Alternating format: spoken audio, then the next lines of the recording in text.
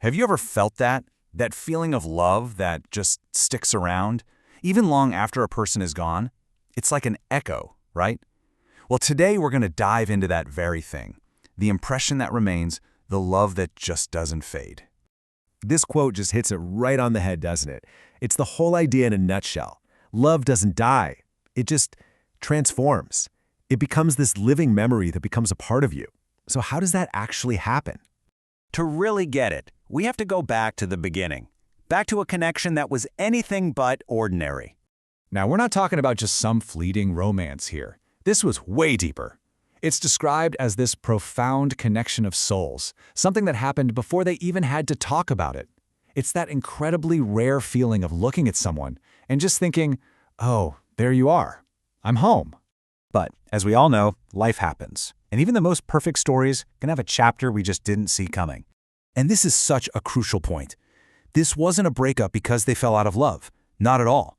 It was life, you know? It was outside forces, circumstances that were just too powerful to fight. The love itself? That was never, ever the problem. So what happens after that? In the quiet that follows a storm like that, this is where things get really interesting. This timeline just lays it all out so clearly. You see time doing what it does. It just keeps marching forward.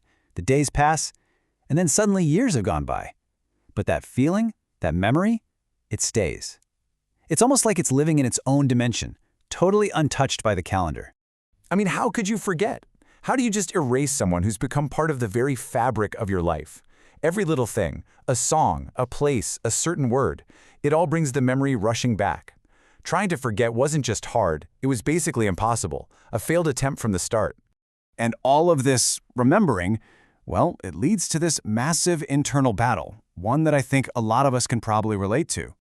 And here it is, the classic tug of war. You've got your brain, the logical part, being completely rational, saying, hey, it's over, they're gone. But then you've got your heart, and it's operating on a completely different frequency. It's asking, how can I forget someone who's literally in my soul? Which leads to this huge question, right? What's the end game here? Do you have to completely forget someone to find peace? Or is there a different kind of peace that comes from accepting that some loves are just, by their very nature, unforgettable? And the answer, it seems, starts with looking at this whole experience in a new light. It's not about being stuck. It's about something way more profound.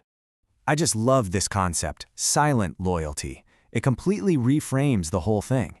It suggests that holding on to a sincere feeling isn't a sign of weakness or a failure to move on. Actually, it's the opposite. It's a quiet tribute to how deep that connection really was. It's a form of integrity, really, a loyalty to a beautiful truth. And over time, that pain starts to transform into wisdom.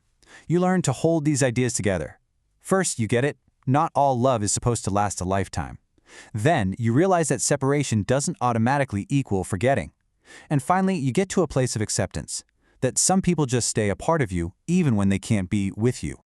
And that brings us full circle to the big takeaway here, which turns this one story into a universal truth for all of us.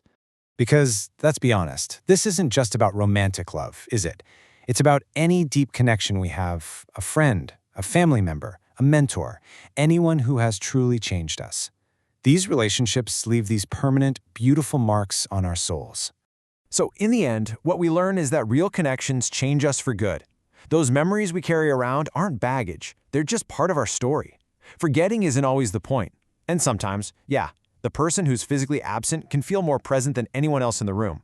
And we'll end with this. Maybe the real victory, the most beautiful thing, is that the love didn't sour. It didn't turn into bitterness or anger. It just settled. It became something pure, quiet, and in its own way, very much alive. A love that remains.